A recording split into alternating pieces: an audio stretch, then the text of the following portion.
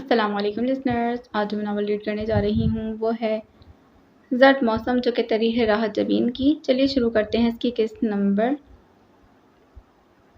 14۔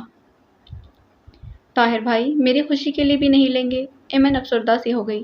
آپ اس دنیا میں میرے واحد دوست ہیں، تو کیا ایک دوست دوسرے دوست کو تحفہ تھوڑی دیر کے لیے بھول جائے نا کہ آپ مجھ سے بڑے ہیں؟ ایمی وہ بے بسا ہو گیا۔ اس کے لہجے کی افسردگی برداشت نہ ہوئی۔ یہ حقیقت تھی کہ وہ سچ مچ چاہنے لگا تھا۔ اسے اداس یا دکھی دیکھنا طاہر محمود کے بس کا روگ نہ تھا۔ چلیں کیک کاٹیں۔ اس کے چہرے پر آمادگی کے تاثرات دیکھ کر ایمن نے فوراً کیک اور چھری اس کے سامنے کر دی تھی اور ایک دو چمچے برآمد کیے جو وہ گھر سے لائی تھی۔ یار اب اس عمر میں کیک کاٹتا اچھا لگوں گا۔ طاہر محمود ہنس دیا اور چھری ایمن کے ہاتھ سے لے لی تھی۔ تم کاٹو گی؟ سالگرہ آپ کی ہے۔ میری سالگرہ کا کیک ایمن کاٹے گی۔ ایمن نے ذرا سا پیس کاٹ کر اس کی طرف بڑھا دیا۔ کھلاؤ بھی۔ طاہر محمود نے ہاتھ نہیں بڑھایا مگر ذرا سا جھک گیا تھا۔ ایمن نے جھجکتے ہوئے کیک اس کے منہ کی طرف کیا تو اس نے نرمی سے کلائی تھام لی تھی۔ ذرا سا جھکتے ہوئے اس نے کلائی میں پہنی چوڑیوں پر بوسہ دیا اور پھر کلائی چھوڑ دی تھی۔ ایمن اپنی جگہ ششدر سی صامت اور ساکت رہ گئی۔ کیک کا پیس دوبارہ ڈبے میں رکھ دیا۔ طاہر محمود اسی پرسکون انداز میں اسے دیکھ رہا تھا۔ میں اتنا اہم نہیں ہوں ایمن کہ مجھے کوئی یاد رکھے، مگر تم نے مجھے یاد رکھا۔ یہ میری زندگی کا سب سے اہم دن ہے۔ میں کہیں بھی چلا جاؤں گا کہ یہ ہوا اس لمحے کی کہانی سنائے گی۔ نہر کا مٹیالہ پانی جس نے اس کو قید کیا ہے نہ جانے کن کن وادیوں میں یہ داستان سنائے گا۔ ایمن میں تو بہت عام سا آدمی ہوں، تم نے مجھے خاص بنا دیا۔ اس کے لہجے کی آثیر پر ایمن تڑپ کر گزشتہ لمحے کے سہر سے آزاد ہوئی۔ آپ میرے لیے کتنے اہم ہیں طاہر بھائی، آپ کو اندازہ ہی نہیں۔ وہ کیک کے ڈبے میں جھانک رہی تھی۔ میں اکیلا ہوں ایمن، ماں باپ ہیں نہیں، بہن بھائی ہوتے بھی تو بیگانے ہیں۔ اپنے بلبوتے پر تعلیم حاصل کی۔ تعلیم حاصل کرنے کا شوق تھا ورنہ شاید جاہل اور گنواڑوں والی زندگی گزار رہا ہوتا۔ اس لیے گھر سے نکال دیا گیا کہ جائیداد میں حصہ نہ دینا پڑ جائے۔ اب یہاں خوار ہو رہا ہوں، ایک نیا تجربہ ہو رہا ہے۔ کہاں کی خودداری اور کہاں کی عزت نفس رہنے کا ٹھکانہ نہیں، اس لیے گالیاں سنتا ہوں۔ ماضی تاریک تھا اور مستقبل تاریک، اس پر ایک لاحاصل محبت کا بوجھ۔ میں کس قدر تہی دعواں ہوں۔ وہ گمسم سی سن رہی تھی۔ اس کی خاموش ہونے پر وہ چونک اٹھی۔ آپ تو دوسروں کو راستہ دکھاتے ہیں طاہر بھائی، پھر خود اتنے مایوس کیوں ہیں؟ دوسروں کو روشنی کی چمک اندھیروں کی بات کیسے کرتے ہیں؟ میرے پاس کیا ہے؟ خالی ہاتھ، خالی جیب، خالی دل تو نہیں؟ ایمن آہستگی سے گویا ہوئی۔ ہاں، طاہر محمود کھل کر مسکرا دیا۔ یہ دل تو مالا مال ہے، ایک پریوں شہزادیوں کی سی شان کی محبت سے، لیکن اس جنس کی ویلیو ہی کیا ہے؟ مت پوچھیں، آپ کی محبت نے مجھے پھر سے زندہ کر دیا ہے۔ میں نے خواہ تمہیں اپنے اس بے منزل راہ کا مسافر بنا دیا۔ یہ تو راہ پرخار ہے، میرے پاؤں تو فگار ہوئے ہی ہیں، میں نے تمہیں بھی کانٹوں پر گھسیٹ لیا۔ لوٹ آؤ ایمن، لوٹ آؤ، یہاں تمہیں کچھ نہ ملے گا۔ یہ تو بس مسافت ہے جو میرے قدموں سے لپٹ گئی ہے، تم کیوں بھٹکو؟ لہجے کی دل سوزی نے اسے بے حد متاثر کیا۔ اب نہیں لوٹ سکتی، آپ کی محبت تو میری طاقت ہے، اور آپ خود کو تنہا مت کہا کریں، میں ہوں نا آپ کے ساتھ۔ اڑا لے جائے گا وہ کیپٹن، پھر کیا کروں گی؟ طاہر نے پوچھا۔ کہیں بھی چلی جاؤں، آپ کو نہیں بھول سکوں گی، وہ پر یقین لہجے میں گویا ہوئی۔ ایمن کیا تم بھی؟ اس کا مبہم سوال سمجھ گئی، تبھی نظریں چرا کر بولی۔ پتہ نہیں، اچھی بات ہے، یہ محبت عفان کا مقدر بنے تو اچھا ہے۔ آپ کتنے بے غرض ہیں۔ کیک کی کریم پگھل رہی ہے، اب کھایا جائے؟ طاہر محمود نے بات بدل دی، ساتھ ہی پیپسی کھولنے لگا۔ میں گلاس نہیں لائی، ایسے ہی چلے گا۔ کیک کھاتے اور ایک ہی بوتل سے پیپسی کے سپ لیتے ایمن نے اسے تمام گفٹ دے دیے تھے۔ طاہر کی آنکھیں نم ہو گئیں۔ اس نے گھڑی اسی وقت کلائی میں باندھ لی۔ ذرا سا پرفیوم اپنے اور بہت سا ایمن کے اوپر لگا دیا تھا۔ شرٹ کے کلر کی جی بھر کر تعریف کی تھی۔ میرے پاس ساری شرٹس خاصی پرانی ہو گئی تھیں، ایمبیسی انٹرویو دینے جاؤں گا تو یہی پہن کر جاؤں گا، لیکن اتنے پیسے کہاں سے لیے؟ ایمن نے اپنا کارنامہ بتایا۔ طاہر محمود ہنس دیا۔ اچھی بات ہے، تمہیں دبنے کی ضرورت بھی نہیں، مہرونِسا بیگم کی شکل دیکھنے والی تھی۔ ایمن کھلکھلائی پھر رک کر بولی۔ اچھا ہوتا اگر یہ پارٹی ہم گھر پر کرتے۔ تمہارے نانا میرے لیے دوسری مہرنسا ہیں۔ چاہتے ہوئے بھی ایمن پھر سے ہنس دی۔ اچھا کافی دیر ہو گئی ہے، اب اٹھو تمہیں گھر چھوڑ آؤں۔ دیر تو واقعی ہو گئی ہے، وہ ہڑبڑا کر اٹھی۔ تمہارے ساتھ وقت رک سا جاتا ہے، ساری کائنات سمٹ کر یہیں ایک لمحہ بن جاتی ہے جس میں ہوتا ہوں تم اور بس تم۔ Thanks for this beautiful surprise. Tahir Mahmood نے بیٹھے بیٹھے اس کا ہاتھ تھام لیا تھا۔ محبتوں سے چور جذبوں میں گندا لہجہ ایمن کے پورے وجود پر فوار بن کر برسا۔ ورنہ میں تمہیں تو آئس کریم کھلانے لے جاتا۔ اس کی ضرورت نہیں۔ غریب ماسٹر کی جیب میں اتنے پیسے تو ہوتے ہی ہیں۔ میرا مطلب یہ نہیں تھا طاہر بھائی، وہ قدرے ناراضی سے بولی اور ہاتھ چھڑا کر چل دی۔ طاہر شاید اس کے پیچھے تھا یا پھر اس کے ساتھ ہی آ گیا تھا۔ نہر کا کنارہ چھوٹا، سامنے دور تک سیاہ کولتار کی سڑک پھیلی تھی، شام کے رنگوں میں رنگی ہوئی۔ ہمیں بہت دیر ہو گئی۔ گہری ہوتی شام کو دیکھ ایمن گھبرا گئی۔ کاش زندگی کی شاہراہ بھی اتنی ہی صاف اور سیدھی ہوتی۔ طاہر بھائی، اس کی بات سن کر ایمن نے رخ موڑ کر اسے دیکھا۔ یہ علینا کون ہے؟ ایمن کا لہجہ سادہ اور کسی بھی ابہام کے بغیر تھا، مگر طاہر کے چلتے قدم ٹھٹک گئے۔ اس کی آنکھوں میں بے چینی در آئی۔ تمہیں اس بارے میں کس نے بتایا؟ نانا جان نے۔ کیا بتایا ہے؟ اس نے تھوک نگلتے محتاط لہجے میں پوچھا۔ کچھ نہیں کہہ رہے تھے طاہر سے پوچھنا علینا کون ہے؟ تمہارے لبوں سے اپنا نام بہت اچھا لگا، تو میرا نام لیا کرو ایمی۔ طاہر نے ٹالنا چاہا تھا۔ اوفو، آپ مجھ سے بڑے، کیا فرق پڑتا ہے؟ طاہر بھائی، علینا کون ہے؟ ایمن کی سوئی وہیں اٹک گئی۔ آپ کے منگیتر؟ نہیں تو پھر؟ تمہیں دیر ہو رہی ہے ایمن، پھر کبھی بتاؤں گا۔ لمبی بات ہے، یہاں سے تم اپنے گھر کی طرف چلو۔ وہ موڑ پر رک گیا تھا۔ ایمن کو واقعی دیر ہو رہی تھی، اس لیے اصرار نہیں کیا اور خدا حافظ کہہ کر اپنے راستے پر چل دی تھی۔ اس خوبصورت شام کے لیے شکریہ ایمن وقار، وہ کب سے پکارا۔ ایمن نے پلٹ کر نہیں دیکھا، بس مسکراتے قدم بڑھاتی رہی۔ اس کے نہ تو قدم زمین پر تھے، گویا کہکشاں میں سفر کر رہی تھی۔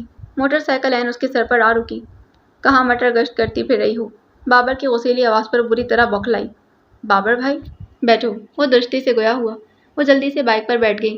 دل اپنی چوری پر دھک دھک کر رہا تھا۔ اگر بابر کو پتہ چل گیا کہ میں نانا کے گھر نہیں بلکہ اس کے پچھلے نہر کی طرف کے کنارے، وہ بری طرح گھبرا رہی تھی۔ میں سر کے گھر سے آ رہا ہوں۔ تم وہاں نہیں گئی تھی؟ میں مائرہ کے ہاں تھی۔ وہ جھوٹ بول کر نچلا لب چبانے لگی۔ اگر وہ مائرہ کے گھر بھی گیا ہو تو؟ بابر خاموش ہو گیا، پھر ذرا دیر بعد درستی سے بولا۔ بتا کر نہیں جا سکتی تھی؟ میں نے بتایا تھا، وہ منمنائی۔ جھوٹ مت بولو، بابر نے ڈانٹ کر رکھ دیا۔ روز بروز آزاد ہوتی جا رہی ہو، جب دل چاہتا ہے جہاں دل چاہتا ہے اٹھ کر چلی جاتی ہو۔ امی کی تو خیر تم نے ماننی ہی کیا ہے، میری بھی نہیں سنتی ہو۔ یوں اکیلے گھر سے شام ڈھلے واپس آنا عذاب دیتا ہے تمہیں؟ کیا کروں، آپ تو گھر پر ہوتے نہیں، میں کس کے ساتھ جایا کروں؟ تمہاری بات کسی حد تک ٹھیک ہے، میری ٹائمنگ ایسی ہے کہ میں تمہیں لانے لے جانے کا فریضہ ادا نہیں کر سکتا۔ لڑکیاں اپنے گھر والوں کے اعتماد کے سہارے گھر سے اکیلی نکلتی ہیں اپنے مقصد کے حصول کے لیے، پھر گھر آ جاتی ہیں، مگر یہ سہیلیوں کے گھر جانے کا پروگرام تم چھٹی کے دن میں رکھا کرو۔ بابر نے اسے ڈانٹنے کے ساتھ ساتھ ہزاروں نصیحتیں بھی کی تھیں، جنہیں ایمن نے گھر میں داخل ہونے سے پہلے بوجھ کی طرح اتار پھینکا۔ میرنسا کچن میں برتن دھو رہی تھیں، ہاتھ پر پلٹ کر دیکھنے لگیں۔ ایمن تو کمرے میں گھس گئی، دروازے پر صرف بابر تھا۔ آ گئی؟ لے آیا ہوں، وہ مختصر کہہ کر فریج سے پانی نکال کر پینے لگا۔ میرنسا جو گلاس لے کر پلٹی تھیں، اسے بوتل منہ سے لگاتے دیکھ جھنجھلا گئیں، مگر بغیر کچھ کہے گلاس واپس ریک میں رکھ دیا تھا۔ بابر نے بے خیالی میں بوتل کا ڈھکنا لگایا اور بوتل فریج میں رکھ دی۔ نہ جانے وہ کیا سوچ رہا تھا۔ میرنسا نے اس کی بے توجہی پوری طرح سے محسوس کی تھی۔ ممی، آپ اس پر کچھ سختی کریں۔ کس پر؟ نہ جانے کیوں میرنسا کا خیال مومل کی طرف گیا، تبھی بوکھلا کر پلٹی۔ ایمن پر؟ اچھا۔ ہلکی سی سانس کھینچ کر وہ اپنے کام کی طرف متوجہ ہو گئی۔ میں سنجیدہ ہوں۔ میں بھی مذاق کے موڈ میں نہیں بابر، لیکن اس پر سختی کر کے مجھے گھر سے نہیں نکلنا۔ وہ ٹھنڈے لہجے میں گویا ہوں۔ اتنے سالوں، امی، اتنے سالوں کے بعد بھی آپ کے اندر یہ خوف موجود ہے؟ بابر نے ہلکی سی حیرت سے پوچھا تھا۔ میرنسا کے ہاتھ رک گئے، مگر وہ پلٹی نہیں۔ بسا اوقات جس گھر کو ہم اپنا سمجھ رہے ہوتے ہیں وہ اپنا نہیں ہوتا۔ ہم خلا میں معلق ہوتے ہیں اور سمجھتے ہیں کہ پیروں کے نیچے زمین ہے، اپنی زمین، نہ ہمارے سر پر آسمان اور نہ قدموں تلے زمین۔ گھر آپ کے نام ہے۔ گھر صرف اینٹوں اور سیمنٹ سے نہیں ہوتا، گھر والے سے ہوتا ہے۔ جب وہی اپنا نہیں ہو تو پھر گھر نام ہونے سے کیا ہوگا؟ وہ منہ ہی منہ میں بدبدائی تھی۔ بابر کچھ سمجھا یا نہیں، اس نے کب سے دونوں ہاتھ ماں کے کندھوں پر رکھ دیے تھے۔ یہ بے صاحبانی کا احساس آپ کے اندر سے کب جائے گا؟ جب تم اپنے کندھوں پر میرنسا نے اپنے کندھوں پر رکھے بیٹے کے ہاتھوں کی مضبوطی کو بری طرح محسوس کیا اور مسکرا دی۔ جب تم اپنے پیروں پر کھڑے ہو جاؤ گے۔ ٹھیک ہے امی، انشاءاللہ وہ وقت بھی دور نہیں لیکن وہ شخص کی بیٹی ہے جو میرا مستقبل سنوار رہا ہے، وہ بگڑ جائے گی۔ وہ بگڑ چکی ہے، مہر النساء نے دل ہی دل میں کہا۔ ان کی نظروں کے سامنے طاہر محمود کا سراپا اور دھیان میں کٹ کٹ سے وہ ساری اشیاء آ گئی تھیں۔ دھیان میں اور بھی بہت سے منظر تھے، وہ مبہم تھے، مگر مہر النساء نے تیزی سے ان کی کڑیاں ملائی تھیں۔ انہیں لگا تقدیر خود بخود ایسا کھیل تیار کر رہی ہے جسے وہ انجام دے سکتی تھی۔ ڈیڈی کیا سوچیں؟ بابر کچھ کہہ رہا تھا۔ مہر النساء کو وقار الحسن کا طعنہ یاد آیا۔ ہاں، اس کے پاس سوچنے کے لیے بہت کچھ ہوگا، مگر وہ ہمارے حوالے سے نہیں ہوگا میرے بیٹے۔ ایمن وقار الحسن، اسے آگ میں بناؤں گی۔ اس آگ میں تمہارا وجود خاکستر ہوگا، مہر النساء کا نہیں۔ ان کے اندر وہی پرانی مہر النساء انگڑائی لے کر بیدار ہوئی۔ کام ختم ہو چکا تھا، مہر النساء نے ہاتھ دھوئے۔ تمہارے لیے کھانا لگا دوں؟ تم نے دوپہر بھی کچھ نہیں لیا تھا۔ انہوں نے گویا ایمن کی ٹاپک کو بند کر دیا تھا۔ اب رات میں ہی کھاؤں گا، ایک کپ چائے بنا دیں۔ بابر نے بھی مزید کچھ نہ کہا۔ ابھی بناتی ہوں، تم اپنے کمرے میں چلو۔ ان کی آنکھوں میں کسی خیال کے تحت ہلکی سی چمک تھی۔ ہر وقت خود ہی لگی رہتی ہیں، مومو اور جوجو سے بھی کام کروایا کریں، بابر نے ہمدردی سے کہا۔ ان کے ایگزامز نزدیک ہیں، فارغ ہوں گی تو کچن ہی سنبھالیں گی۔ فکر نہ کرو، میں بیٹیوں کو پلنگ پر بٹھانے کی قائل نہیں ہوں۔ بابر سر ہلا کر اپنے کمرے میں چلا گیا۔ مہر النساء نے چائے کا پانی چڑھایا اور لاؤنج میں آ گئی تھیں۔ کال مائرہ ہی نے ریسیو کی۔ مہر النساء نے اسے چھوٹتے ہی برتھ ڈے کی مبارکباد دی۔ شکریہ آنٹی، لیکن شکریہ آنٹی، پر میری تو آج برتھ ڈے نہیں۔ ارے نہیں ہے، وہ بری طرح چونکی۔ میری سالگرہ تو کب کی گزر گئی۔ تو پھر ایمن اتنے سارے گفٹس کسے دے آئی؟ وہ حیران ہو کر پوچھ رہی تھی۔ گفٹس؟ وہی جو اس دن تمہارے ساتھ جا کر خریدے تھے۔ وہ تو مائرہ کچھ کہتے کہتے رکی۔ آج خاصا تیار ہو کر سارے گفٹس لے کر گئی تھی، بتا رہی تھی تمہاری برتھ ڈے ہے۔ آپ نے وہ گفٹ دیکھے؟ کہاں، تمہیں تو پتہ ہے کہ وہ اپنی چیزیں مجھے نہیں دکھاتی۔ اس کے لیے تو میں صرف سوتیلی ماں ہوں۔ اچھا، مائرہ چپ بلکہ گمسم ہو گئی۔ وہ آج تمہاری طرف نہیں آئی؟ نہیں، ہم تو آج صبح سے پھپھو کی طرف گئے تھے۔ صبح سے بھی کالج سے بھی چھٹی کی تھی، ابھی تھوڑی دیر قبل ہی آئے ہیں۔ اچھا، تو ایمن نے جھوٹ؟ مہر النساء کسی سوچ میں ڈوبی ہوئی بولی، پھر جلدی سے کہا۔ شاید مجھے ہی ایسا لگا، اس نے مریم یا ماہم کہا ہوگا۔ مجھے کہاں وہ کھل کر کوئی بات بتاتی ہے۔ مریم اور ماہم اس کی فرینڈز ہیں؟ مائرہ نے پوچھا، کیونکہ ایمن نے آج تک ایسی کسی بھی لڑکی کا نام نہیں لیا تھا۔ پھر شاپنگ تو ساری مردانہ تھی۔ مہر النساء رک کر بولی۔ تمہاری ڈیٹ آف برتھ کیا ہے؟ مائرہ کو کچھ خیال آیا۔ وہ ٹٹکی۔ کوئی بات نہیں، شاید کچھ مغالطہ ہوا ہو۔ دراصل وہ خاصی لیٹ واپس آئی ہے، تھکی ہوئی بھی تھی، آرام کر رہی ہے، ورنہ میں اسے پوچھ لیتی۔ مائرہ کیا کہتی، وہ تو خود الجھ کر رہ گئی۔ میری ایک بات مانو گی؟ مہر النساء نے آہستگی سے کہا۔ جی آنٹی۔ اس بات کا ذکر اپنی ماما سے مت کرنا، میں پہلے ہی ایمن سے پوچھ لوں۔ تم سمجھ رہی ہو نا میری بات؟ غلط فہمیاں جنم لیں گی۔ اب وہ صرف تمہاری دوست نہیں ہے، ایک اور رشتہ بھی ہے جو ہر رشتے سے بڑھ کر ہے۔ اس پر پڑی شک کی ذرا سی بھی گرد اسے میلا کر دے گی۔ جی، مائرہ سے زیادہ کچھ نہ کہہ سکی۔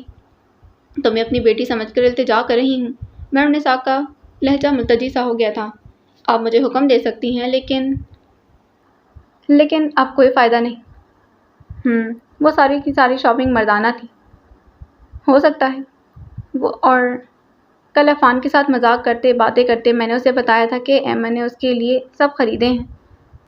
کیا لیا مائرہ؟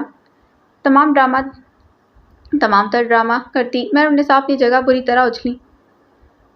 مجھے یقین تھا کہ اس نے یہ سب کچھ عفان کے لیے خریدا ہے، بس وہ مجھے بھی بتانا نہیں چاہتی تھی، کیونکہ میں جانتی ہوں کہ ایمن کی زندگی میں انکل بابر اور عفان کے علاوہ کوئی چوتھا مرد نہیں۔ ایمن کی زندگی میں وہ چوتھا مرد آ چکا ہے مائرہ بی بی۔ مہر النساء نے سوچا اور خاموش رہیں۔ مائرہ بھی خاموش رہیں، اپنی اپنی جگہ پر کچھ سوچتی رہیں۔ تھوڑی دیر کے بعد مہر النساء نے ایک طویل سانس کھینچی۔ تم ابھی کسی سے بات مت کرنا، میں ایمن سے پوچھتی ہوں۔ وہ کیا بتائے گی آنٹی؟ کل شام کو میں خود ہی چکر لگا لوں گی۔ مجھے انداز میں خدا حافظ کہا تو مہر النساء نے ریسیور کریڈٹ پر ڈال دیا تھا اور وہیں بیٹھ گئیں۔ ان کے وہم و گمان میں بھی نہ تھا کہ بات اتنی جلدی عفان تک پہنچے گی۔ وہ تو ایمن کے ساتھ چوہے بلی جیسا کھیل کھیلنا چاہتی تھیں۔ نہ جانے اب آگے کیا ہوگا، سوچتے ہوئے وہ بھول گئیں کہ انہوں نے چولہے پر بابر کے لیے چائے کا پانی چڑھا رکھا تھا۔ اچانک مہمان آ جانے کی وجہ سے مائرہ نہیں آ سکی تھی۔ کیا ہوا؟ جوجو کو بے وقت لیٹتے دیکھ ایمن نے پوچھا۔ ایک ہی گھر میں رہنے کے باوجود تمہیں خبر نہیں کہ مجھے کل سے بخار ہے؟ جوجو نے خاصا جتایا تھا۔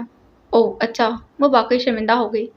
کل تم گھر پر ہی کب تھیں؟ اس نے مزید جتایا۔ ایمن کے لبوں پر ایک خوبصورت سی مسکان جاگی، سیاہ گھوڑ آنکھوں میں ہزارہا ستارے جھلملا اٹھے۔ ایمن، تم اتنی دیر تک گھر سے باہر مت رہا کرو، جوجو نے سمجھانا چاہا۔ میں ٹیوشن پڑھنے جاتی ہوں، ایمن نے نظریں چرا لیں۔ اتنی دیر تک کون ٹیوشن دیتا ہے؟ طاہر بھائی کے دادا مجھ سے بہت پیار کرتے ہیں، وہ کہتے ہیں میں انہیں بالکل اپنی نواسی جیسی لگتی ہوں۔ طاہر بھائی؟ جوجو نے قدرے حیران نگاہوں سے اسے دیکھا تو ایمن گڑبڑا گئی۔ بظاہر ایسی کوئی بات نہ تھی مگر دل میں چوٹ تھا اس لیے گڑبڑا گئی۔ ان کے گھر آتی جاتی ہوں تو بے تکلفی تو ہو جاتی ہے۔ اچھا، جوجو نے کنپٹی دبائی۔ اس کے اچھا میں بھی کچھ تعجب تھا کہ وہ اتنے عرصے سے سر سے ہی پڑھ رہی تھی، آج تک ان کی بے تکلفی تو نہ ہوئی تھی۔ کل تمہاری کون سی دوست کی سالگرہ تھی؟ جوجو کے پوچھنے پر ایمن نے الجھ کر اسے دیکھا۔ یہ کیوں پوچھ رہی ہے؟ جوجو کا لہجہ سادہ اور پھر چہرہ تجسس سے پاک تھا۔ ایمن کے لیے جوجو سے جھوٹ بولنا ممکن نہ تھا۔ مائرہ کے بعد سے آج تک ایمن کی کوئی دوست نہ بنی تھی۔ مائرہ کی؟ تم مائرہ کے گھر گئی تھی؟ ہاں، مگر ممی بتا رہی تھی کہ تم مائرہ کے گھر نہیں گئی ہو۔ ایمن کا دل دھک سے رہ گیا تھا۔ مہرنسا کو کیسے پتہ چلا؟ کون سا تمہاری ممی کو میرے بارے میں ساری خبریں رہتی ہیں اور تمہیں بخار میں بھی چین نہیں، بولتی چلی جا رہی ہو۔ ایمن نے ہنس کر اس کی پیشانی پر ہاتھ رکھا جو جل رہی تھی۔ تمہیں تو خاصا تیز بخار ہے۔ تو کیا کروں، صبح سے اکیلی لیٹی ہوں۔ مومو کو دیکھو ذرا دیر بھی میرے پاس آ کر نہیں بیٹھی۔ یہ مومو آج کل ہوتی کہاں ہے؟ پڑھائی کا بہانہ کر کے اسٹور میں گھسی رہتی ہے۔ بہانہ کر کے؟ نہ جانے کس سے گھٹیا قسم کی ناولز اور اردو شاعری کی کتابیں لے آئی ہے، سارا دن وہاں گھسی رہتی ہے، ممی سے چھپ کر پڑھتی رہتی ہے۔ نیا شوق ہوا ہے اس لیے کچھ عرصے بعد۔ مہرنسا کو اندر آتے دیکھ ایمن خاموش ہو گئی۔ اٹھو، دوا لے لو۔ ممی، دودھ کے ساتھ نہیں۔ اٹھ جاؤ۔ مہرنسا کی ایک ہی گھوری کافی تھی، وہ فوراً اٹھ گئی۔ ناصرہ کی طرف جا رہی ہوں میں، ٹیوشن کا ٹائم ہو رہا ہے۔ جوجو کو بخار ہے، مومو کو اکیلے ٹیوشن پڑھنے کی اجازت نہیں تھی۔ تم سر کو منع کر دینا، انہوں نے ایمن سے کہا۔ ایمن کا دل بلیوں چلنے لگا۔ ناصرہ کا گھر اس کالونی میں تھا جہاں کبھی کبھار مہرنسا چلی جایا کرتی تھی۔ واپس کب تک آئیں گی؟ ایمن نے احتیاطاً دریافت کیا۔ مہرنسا نے اس کی طرف دیکھا۔ کیوں؟ آپ کو اگر آنے میں دیر ہو تو میں کھانا ہی بنا لوں۔ سالن تو رکھا ہے فریج میں، آج کچھ اور نہیں بنانا۔ بابر رات اپنے دوست کے گھر رکے گا، سالن وہ سب ہم سب کے لیے کافی ہوگا۔ آپ سارا اہتمام صرف بابر بھائی کے لیے کرتی ہیں، جوجو نے کہا تو وہ مسکرا دی اور ایمن کو ایک بار پھر گھورتی ہوئی چلی گئی تھی، اس تاکید میں کہ اندرونی دروازہ بند کر لینا، لان میں نکلنے کی ضرورت نہیں، وغیرہ وغیرہ۔ تم اب آرام کرو۔ ایمن بھی کھڑی ہو گئی۔ جوجو نے سر تک چادر تان لی۔ ایمن نے دروازہ کھولا تو مومو بری طرح اچھلی، ساتھ ہی اس نے ہاتھ میں پکڑی کتاب فوراً بند کر دی جس میں رسالہ چھپا تھا۔ آرام سے پڑھ لو، میں تو صرف یہ بتانے آئی ہوں کہ ممی ناصرہ آنٹی کے گھر جا رہی ہیں، اس لیے 2 گھنٹے تم اطمینان سے اپنے 3rd کلاس ناول پڑھ سکتی ہو جس کے ہر دوسرے صفحے پر ہیرو ہیروئن گھٹیا قسم کے رومانس میں مبتلا ہوتے ہیں۔ ان کے تسلی دینے والے انداز پر مومو کی سیانی سی ہو گئی تھی۔ محبت کو گھٹیا کہنے والے تم جیسے بدذوق لوگ ہی ہوتے ہیں۔ اچھا، تم یہ لائبریری کے 2 روپے کرائے والے ناول پڑھ کر خود کو باذوق سمجھنے لگی ہو؟ ایمن دونوں ہاتھ کو باندھ کر ہنسی تھی۔ تم کیا جانو محبت کس چڑیا کا نام ہے، مومل بی بی؟ تم جانتی ہو؟ مومو نے طنزیہ پوچھا۔ جواباً وہ صرف مسکرا دی۔ بڑی خوبصورت مسکان تھی۔ میں نے جس محبت کا ذائقہ چکھا ہے وہ تم سے صدیوں کے فاصلے پر ہے، بے ریا بے غرض محبت، کسی بھی لالچ کے بغیر۔ جنگل میں مور ناچا کس نے دیکھا؟ وہ اس کی معنی خیز مسکراہٹ پر چڑھ گئی تھی۔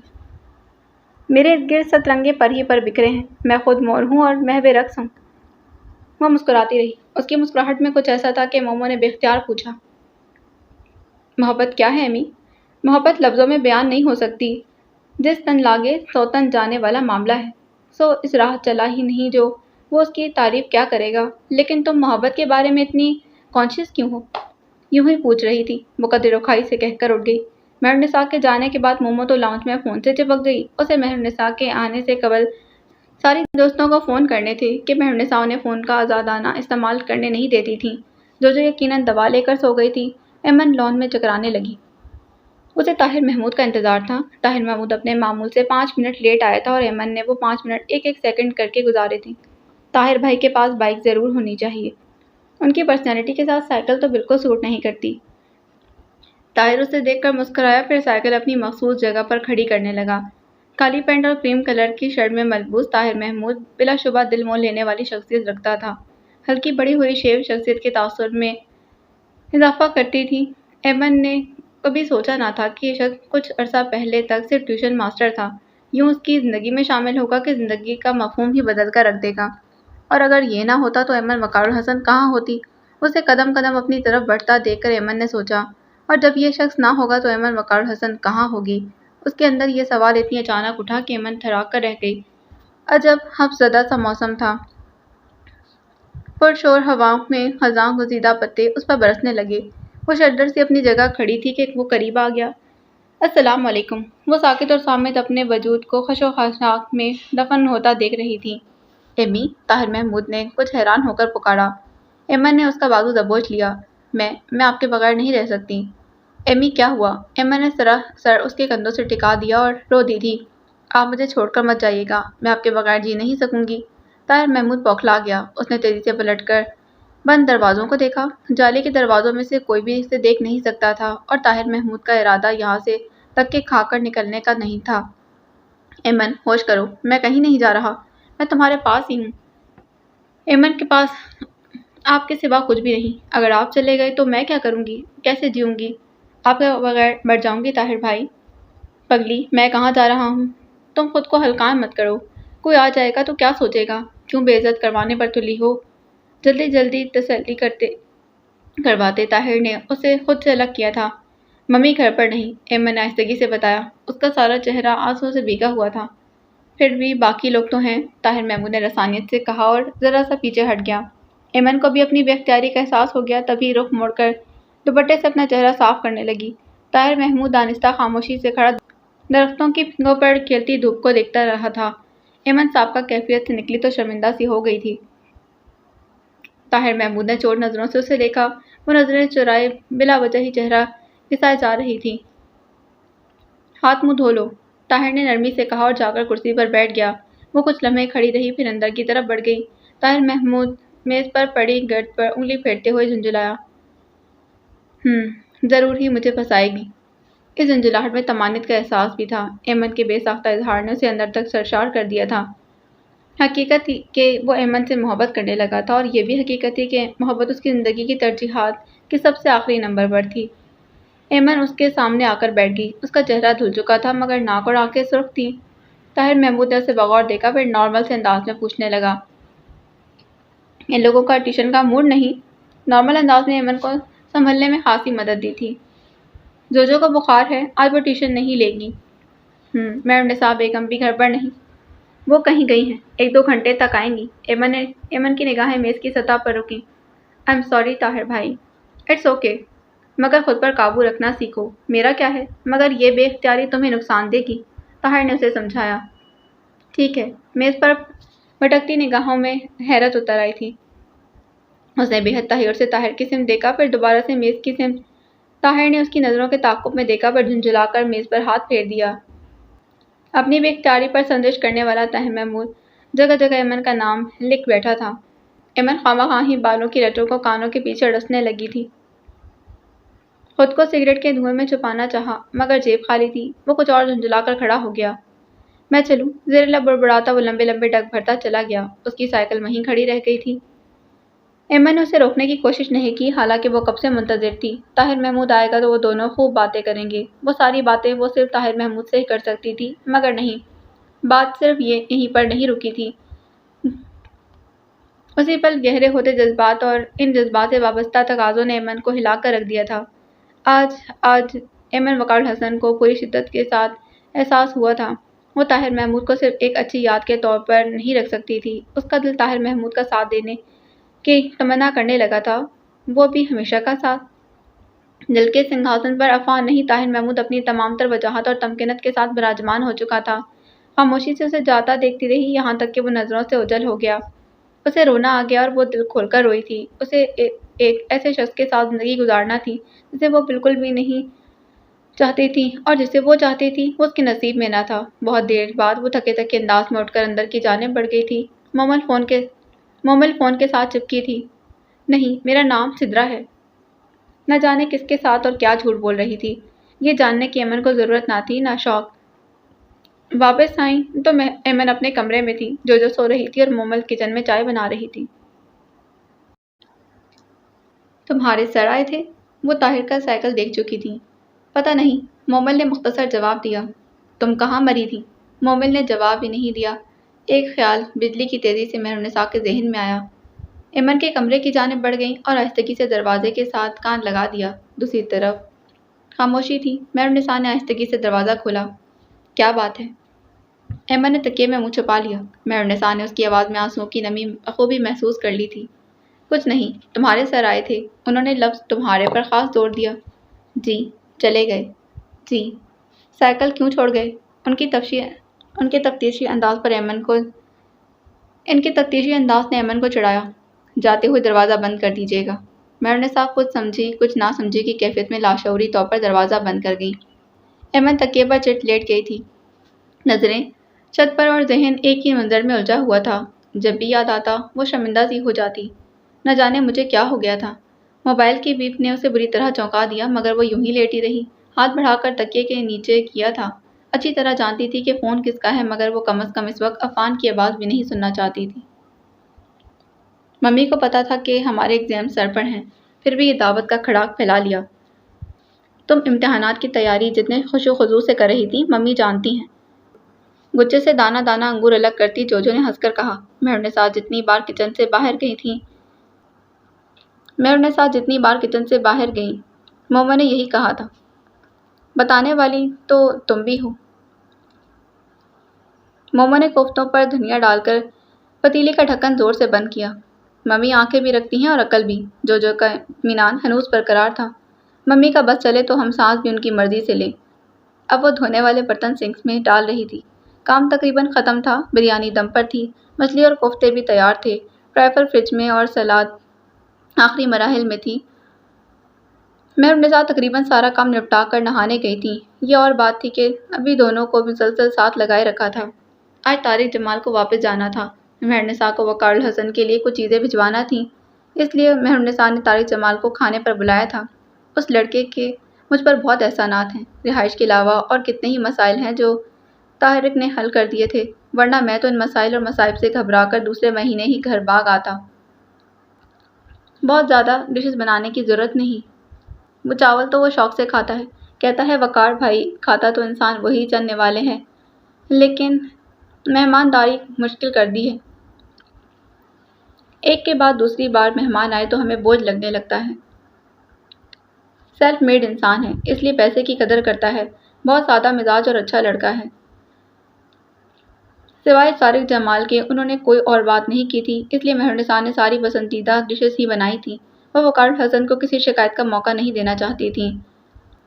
ایمن کو تو نہ آنے والے مہمان کی پرواہ تھی اور نہ ہی گھر میں ہونے والی دعوت کی، سو اس نے کسی معاملے میں کوئی دلچسپی نہ دکھائی۔ طاہر محمود اسلام آباد گیا ہوا تھا، اپنے ویزے کے سلسلے میں اسے کسی سے ملنا تھا، سو آج کا سارا دن وہ اپنے کمرے میں ہی بند تھی۔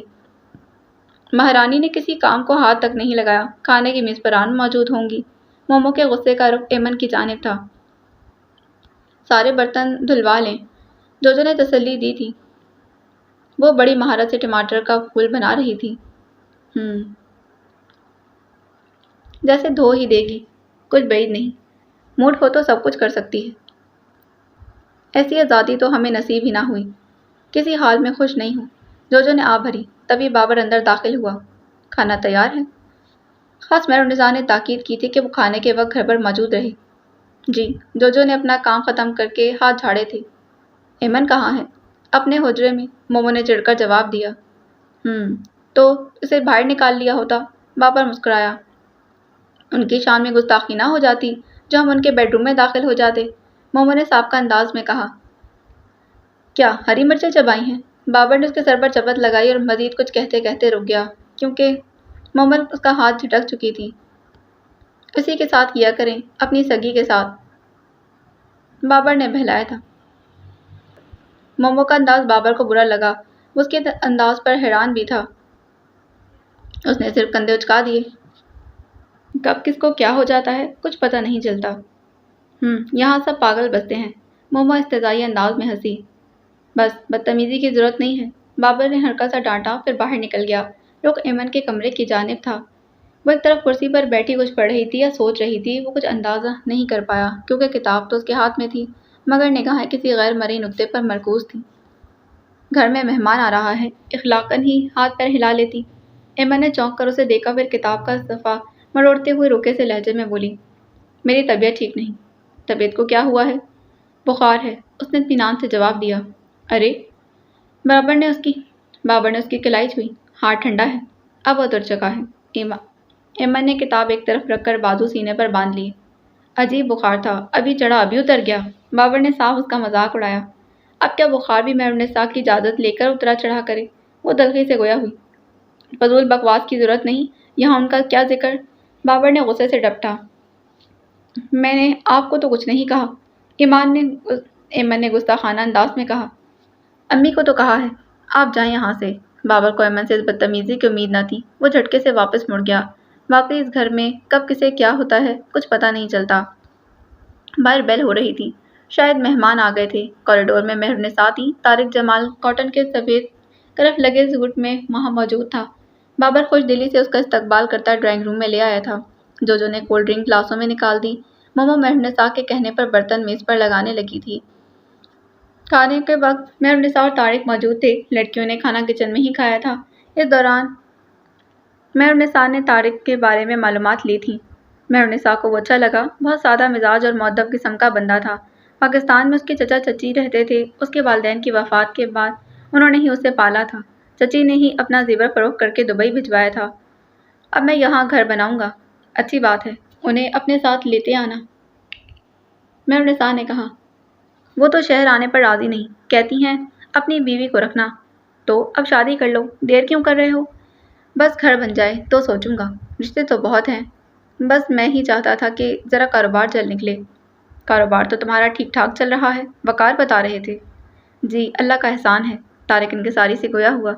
چھوٹی سی عمر سے بڑی محنت کرنا پڑی ہے، فراغت اور خوشحالی نصیب ہوئی ہے۔ نوکری میں کچھ نہیں رکھا، نری خواری۔ میں تو وقار بھائی اور بابر کو بھی کوئی کاروبار کروانے کا ہی مشورہ دوں گا، بلکہ ادھر دبئی میں ہی بلوا لیں۔ یہاں ہم اکیلے کیا کریں گے؟ مہرالنساء ہنس دی۔ جی یہ بھی ہے۔ تمہیں کھانا پسند آیا؟ مہرالنساء نے پوچھا۔ بہت مزے کا تھا، میں نے پیٹ بھر کر کھایا، لیکن آپ نے خواہ تکلف کیا۔ تکلف کیسا؟ ہمیں تو بہت اچھا لگا، وقار تمہاری بہت تعریفیں کر رہے تھے۔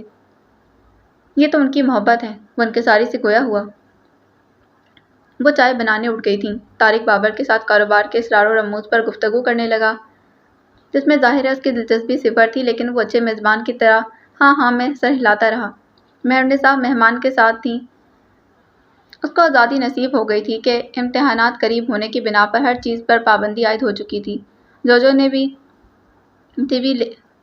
نے ٹی وی لگا لیا تھا۔ مومو نے اپنی ڈائریاں۔ اپنی تنہائی اور وحشت زدہ سوچوں سے گھبرا کر ایمن بھی ان کے قریب آ بیٹھی۔ اسے دیکھ کر وہ مسکرائی تھی۔ مومو نے اکثر نظر انداز کر دیا۔ ایمن کچھ دیر ٹی وی دیکھتی رہی، پھر مومو کی طرف متوجہ ہو گئی، جو دماغ سے ڈائری پر کچھ لکھ رہی تھی۔ ہر وقت کیا لکھتی رہتی ہو؟ ایمن رہ نہ سکی تو پوچھ بیٹھی۔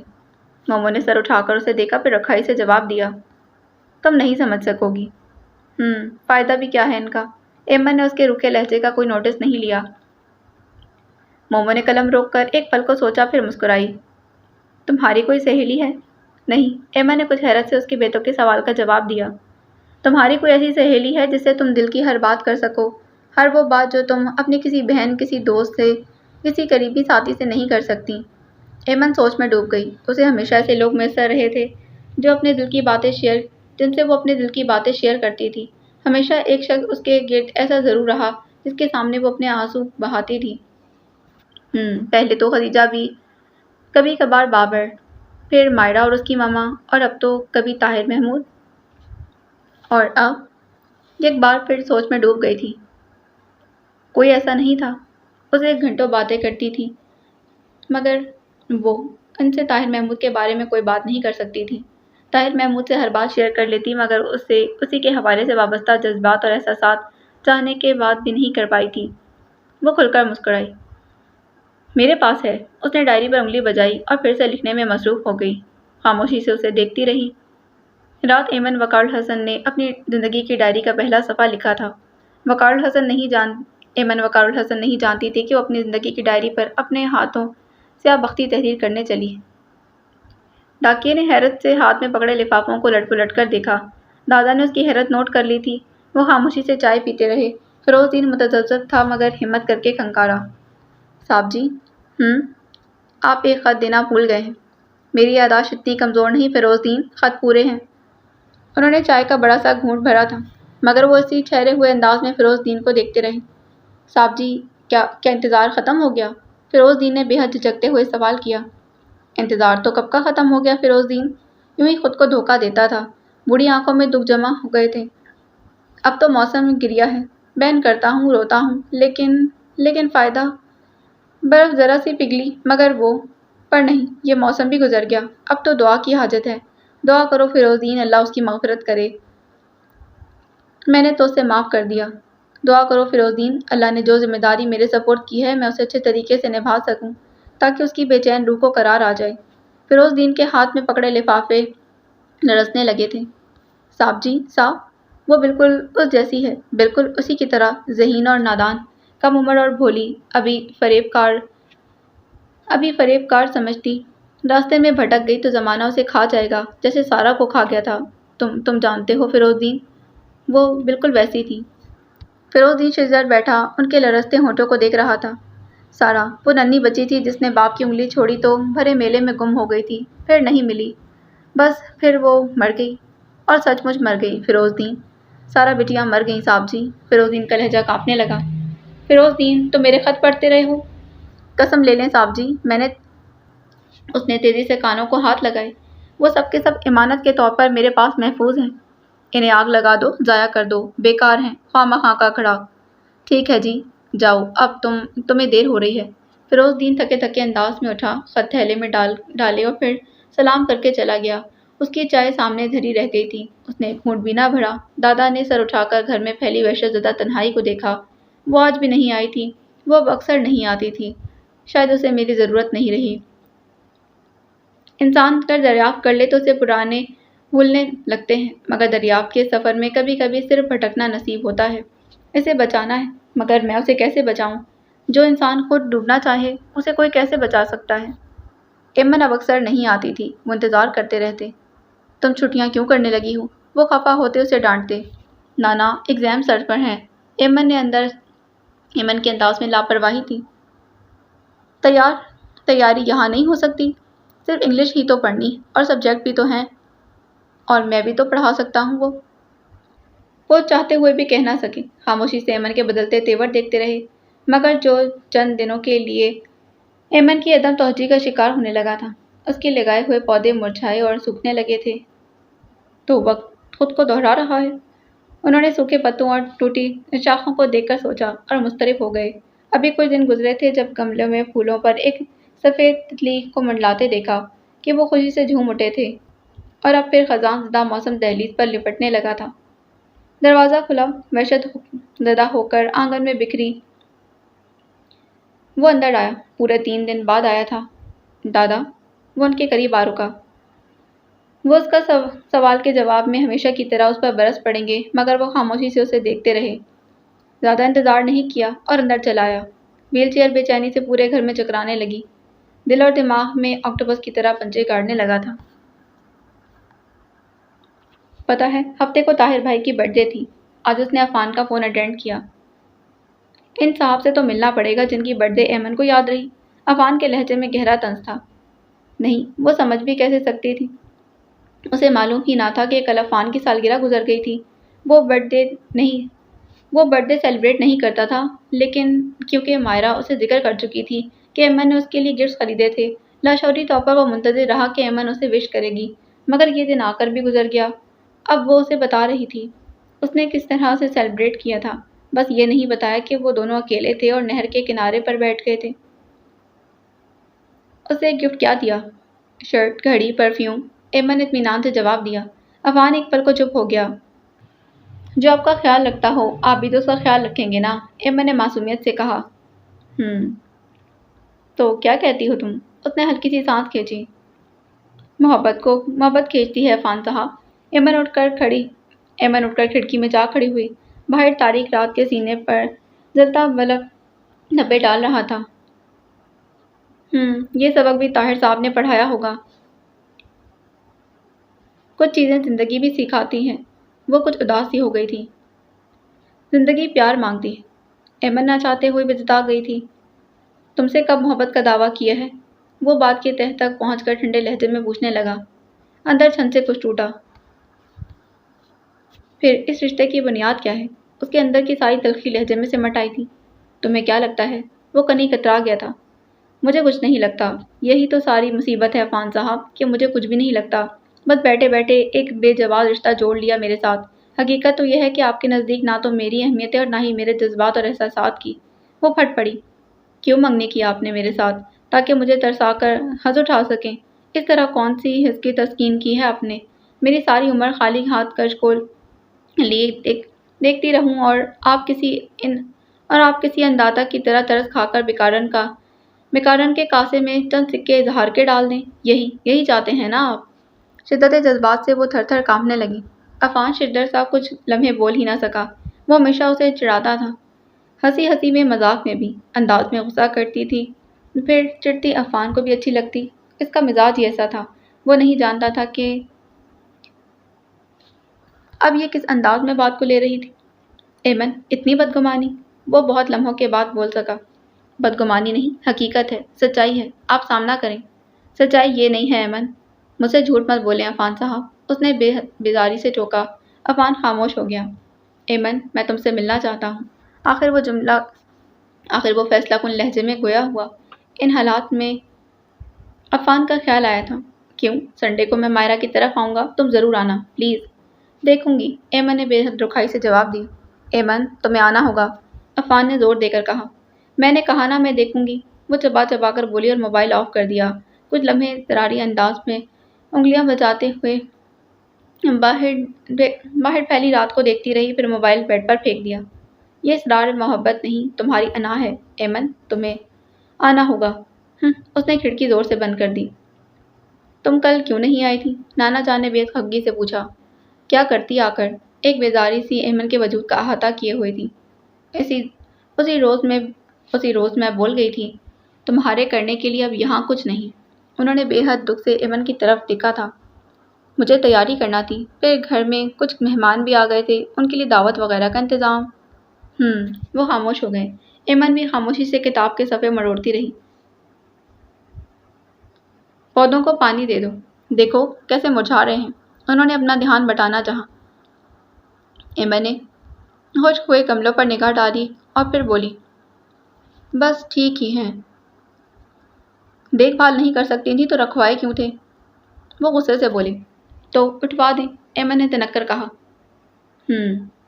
اب تو تم بات کرنے کی تمیز بھی بھول گئی ہو۔ ہاں، میں ہی بدتمیز ہوں۔ وہ کتاب پٹک کر ستون کے ساتھ جا کھڑی ہوئی۔ اتنی ہٹ دھرمی، بہت منہ زور ہو گئی ہو۔ اس نے ذرا سا رخ موڑ کر انہیں دیکھا۔ مجھے تنگ مت کریں، میں پہلے ہی بہت پریشان ہوں۔ تمہاری بھینس چوری ہو گئی ہے، انہوں نے تنزیہ کہا۔ ایمن نے سر جھٹک کر رخ بدل لیا۔ اسے دیکھتے رہے، پھر تحکمانہ انداز میں بولے، یہاں آ کر بیٹھو۔ وہ ٹس سے مس نہ ہوئی۔ میں تو بدتمیز ہوں، ہٹ دھرم ہوں، انہیں روٹے پن سے بولی۔ نانا کی باتوں پر غصہ کرتی ہوں، انہوں نے بے بسی سے کہا تو ایمن پلٹ کر ان کے سامنے آ بیٹھی۔ میں واقعی بہت پریشان ہوں۔ پریشانیاں خود ساختہ ہوتی ہیں، تمہاری یہ پریشانی بھی خود ساختہ لگتی ہے۔ میں پاگل ہوں نا جو بلا وجہ ہی پریشانیاں پالتی پھروں، ایمن نے چڑھ کر کہا۔ تم مجھے کچھ بتاؤ گی نہیں تو میں یہی کہوں گا نا، انہوں نے اطمینان سے کہا۔ ایمن تذبذب سے انہیں دیکھنے لگی۔ اچھا بتاؤ کیا بات ہے؟ ان کے لہجے میں نرمی آ گئی۔ وہ اس سے ملنا چاہتا ہے۔ کچھ لمحوں کی خاموشی کے بعد ایمن نے جواب دیا۔ کون؟ وہ بری طرح چونکے۔ عفان؟ ایمن بے بسی سے انگلیاں ٹٹکانے لگی۔ تم کیا چاہتی ہو؟ میں اس سے ملنا نہیں چاہتی۔ کیوں؟ وہ مسکرا دیے تھے۔ ڈرتی ہو؟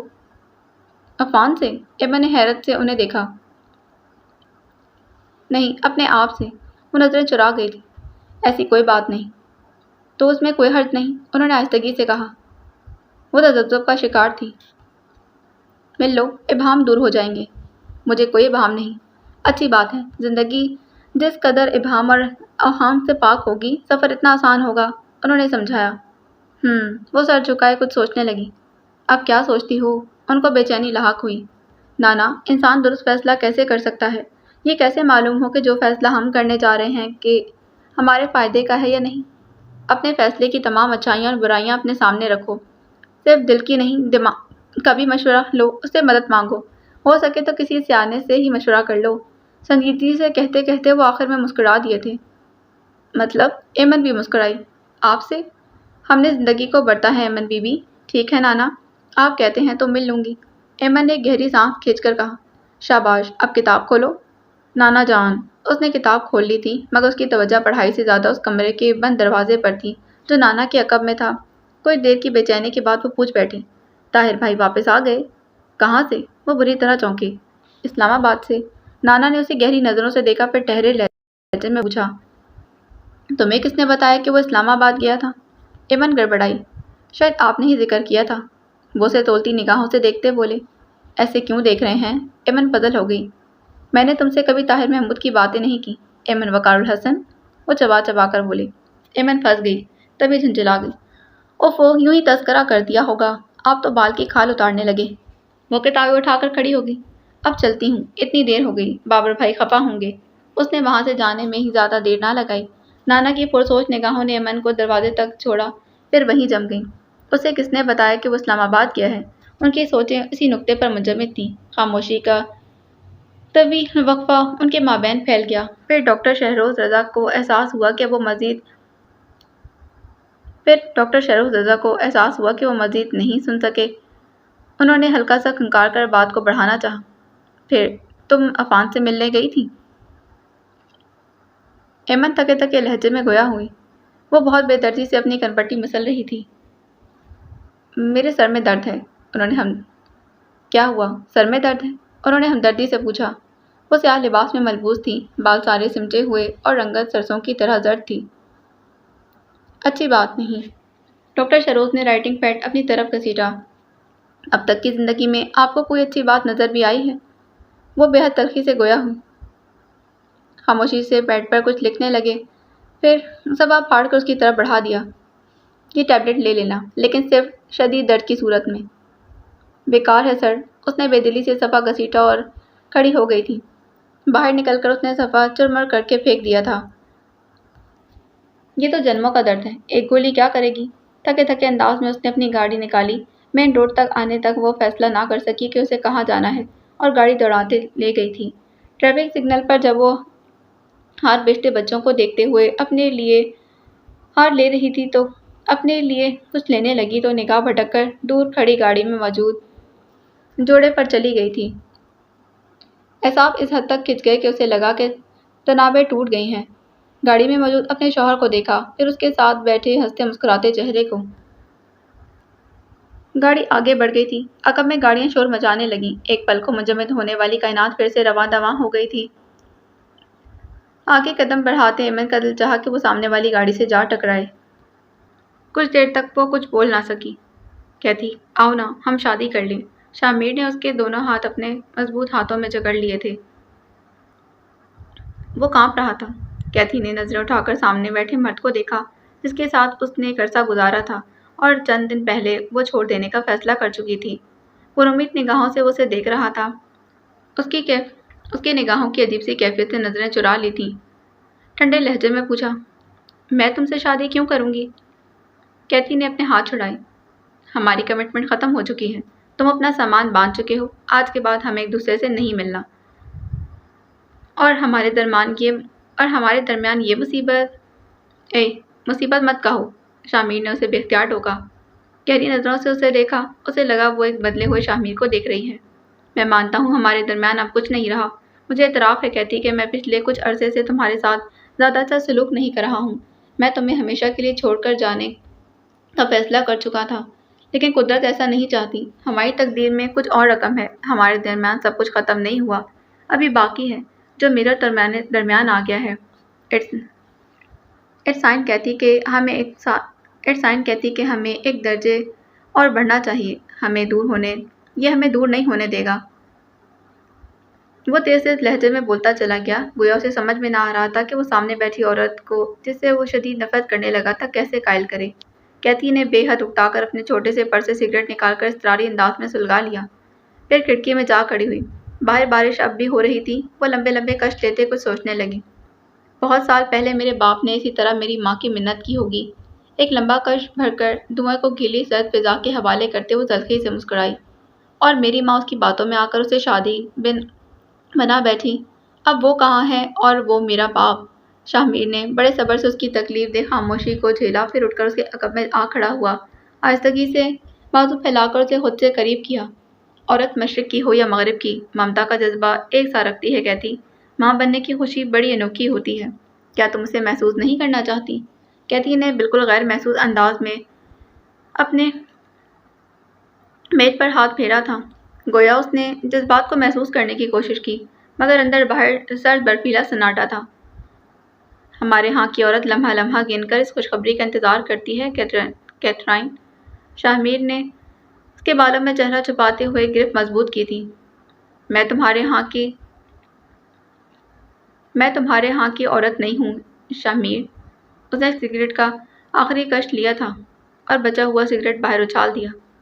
عورت تو ہو کیتھی، کیا تمہارا دل نہیں چاہتا کہ ہم ایک گھر بنائیں، ایک چھوٹا سا خوبصورت سا گھر، میں، تم، ہمارا بچہ؟ کیتھی تڑپ کر اس کی گرفت سے نکلی اور تیزی سے پلٹی۔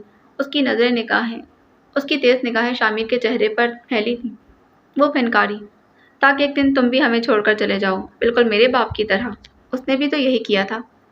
سب ایک جیسے نہیں ہوتے کہتی، شاہمیر نے آہستگی سے کہا۔ تم میں اس سے مختلف کیا ہے شاہمیر؟ کچھ بھی نہیں، تم بالکل ویسے ہو۔ سوچو جب تم ہمیں چھوڑ کر جاؤ گے اور میں بھی کسی سے شادی غالباً جارج سے ہی کر لوں گی، تو اس بچے کا کیا ہوگا؟ پور چائلڈ، کیتھی کی طرح سینٹر میں پلے گا۔ ایسا کچھ نہیں ہوگا کیتھی، یہ تمہارے خدشے ہیں اور بالکل بے بنیاد ہیں۔ وہ بے بس سا ہو کر بولا۔ شاہمیر، تم پیارے لڑکے ہو، ڈارلنگ بوائے، میں نے تمہارے ساتھ اچھا وقت گزارا، مگر اب اور نہیں، اچھے دوستوں کی طرح جدا ہو جانا چاہیے۔ So goodbye darling Shahmir. Kathy نے ایک الوداعی بوسہ دیا، پھر اس کے سینے پر ہاتھ رکھ کر عقب میں دھکیل دیا، گویا اپنے لیے راستہ بنا لیا۔ شاہمیر کا چہرہ فک ہوا، وہ ذرا سا لڑکھڑایا، پھر گھٹنوں کے بل نیچے گر گیا۔ اس کے بازوؤں نے کیتھی کو جکڑ لیا تھا۔ کیتھی نے خود کو چھڑانے کی کوشش کی، مگر وہ اپنی آہنی گرفت کے ساتھ بولتا چلا گیا۔ وہ رو رہا تھا اور کیتھی کی سمجھ میں کچھ نہیں آ رہا تھا۔ کیتھی، تم ایسا کچھ نہیں کرو گی، تم اسے نہیں مارو گی۔ وہ میرا اپنا آپ ہے، میرے وجود کا حصہ ہے، ہمارے ہونے کا جواز ہے۔ وہ میرا آنے والا کل ہے، میرا مستقبل، میرا نام اور نشان۔ تم مجھے میرے نام اور نشان سے دور نہیں کر سکتی۔ تمہیں خدا کا واسطہ ہے کیتھی، میں تمہیں چھوڑ کر کہاں جاؤں گا؟ میں نے تو اپنی جڑیں بھی کاٹ دی ہیں، کہیں اور چلا گیا تو بنجر ہو جاؤں گا۔ میں تمہارے اور اس کے لیے گھر بناؤں گا، ہم اس میں رہیں گے۔ شاہمیر تم سے وعدہ کرتا ہے کیتھی، وہ اسے پال لے گا، تم پر بوجھ بھی نہیں بنے گا، ورنہ اسے مت مارنا، ورنہ شاہمیر ختم ہو جائے گا۔ کیتھی اپنے آپ کو چھڑانے کی کوشش میں اسے گالیاں دیتی رہی اور اس کے بال نوچتی رہی، مگر نہ شاہمیر کی گرفت کمزور ہوئی، یہاں تک کہ کیتھی کو محسوس ہوا وہ ہار رہی ہے، اس کی مزاحمت دم توڑ رہی ہے۔ آخر میں وہ حلق کے بل چلائی تھی، باسٹرڈ۔ باقی اگلی قسط میں۔ جانے سے پہلے چینل کو سبسکرائب کریں، ویڈیو کو لائک کریں۔ ملتے ہیں اگلی ایپیسوڈ میں۔